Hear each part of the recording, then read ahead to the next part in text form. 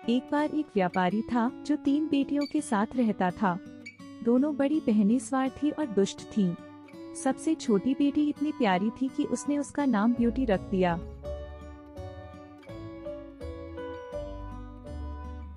एक बार व्यापारी को काम से बाहर जाना था। तुम्हें क्या उपहार चाहिए? उसने पूछा। बड़ी बेटी ने मोतियों का हार मांगा।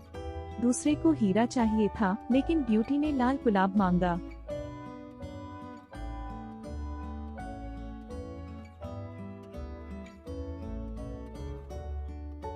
लौटते समय व्यापारी के पास अपनी 2 बड़ी बेटियों के लिए उपहार था, लेकिन उसे ब्यूटी के लिए उपयुक्त गुलाब नहीं मिल सका। उसे एक मनमोहक महल नजर आया और वह अंदर चला गया।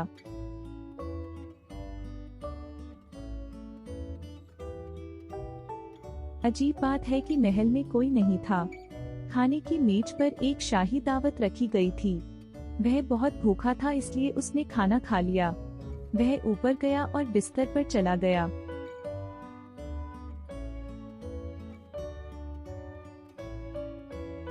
अगली सुबह व्यापारी ने महल के बगीचे में कुछ सुंदर लाल गुलाब देखे। उसने कहा, ब्यूटी के लिए मुझे इनमें से एक गुलाब लेना चाहिए।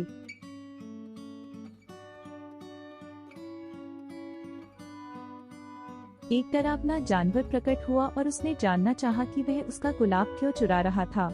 व्यापारी ने उत्तर दिया कि यह उसकी बेटी ब्यूटी के लिए है, तो तुम्हें उस ब्यूटी को मेरे साथ रहने के लिए अवश्य भेजना होगा। जानवर ने उत्तर दिया।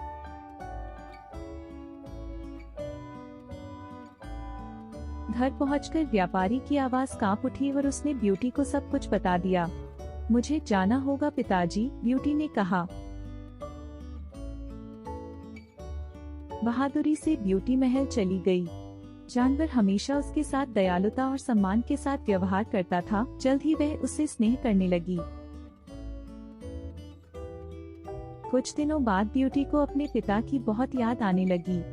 जानवर ने उसे घर जाने दिया। ब्यूटी ने जल्द लौटने का वादा किया। उसके पिता उसे देखकर प्रसन्न हुए। उसकी बहन ने खुश होने का दावा किया, लेकिन उसे वापस लौटते देख वे बहुत क्रोधित हुए। ब्यूटी को अपने परिवार का साथ बहुत पसंद था। एक रात उसने सपना देखा कि जानवर फर्श पर पड़ा हुआ है, उसका स्वास्थ्य खराब है। वह तुरंत महल में चली गई।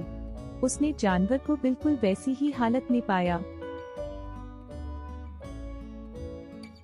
तुम जल्दी वापस क्यों आ गई? जानवर ने हांफते हुए कहा। वह सिसकने लगी। उसने उससे शादी करने के लिए पूछा। वह तुरंत सहमत हो गई।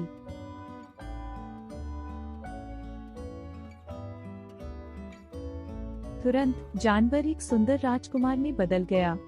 ओह धन्यवाद, एक दुष्ट जादूगर ने मुझे जानवर में बदल दिया। उन्होंने कहा, यह जादू तभी खत्म होगा जब कोई खूबसूरत लड़की मुझसे शादी करने का वादा करेगी।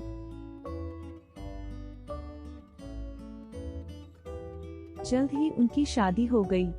व्यापारी उसकी शादी के पक्ष में था। उसके बाद से वे खुश रहे।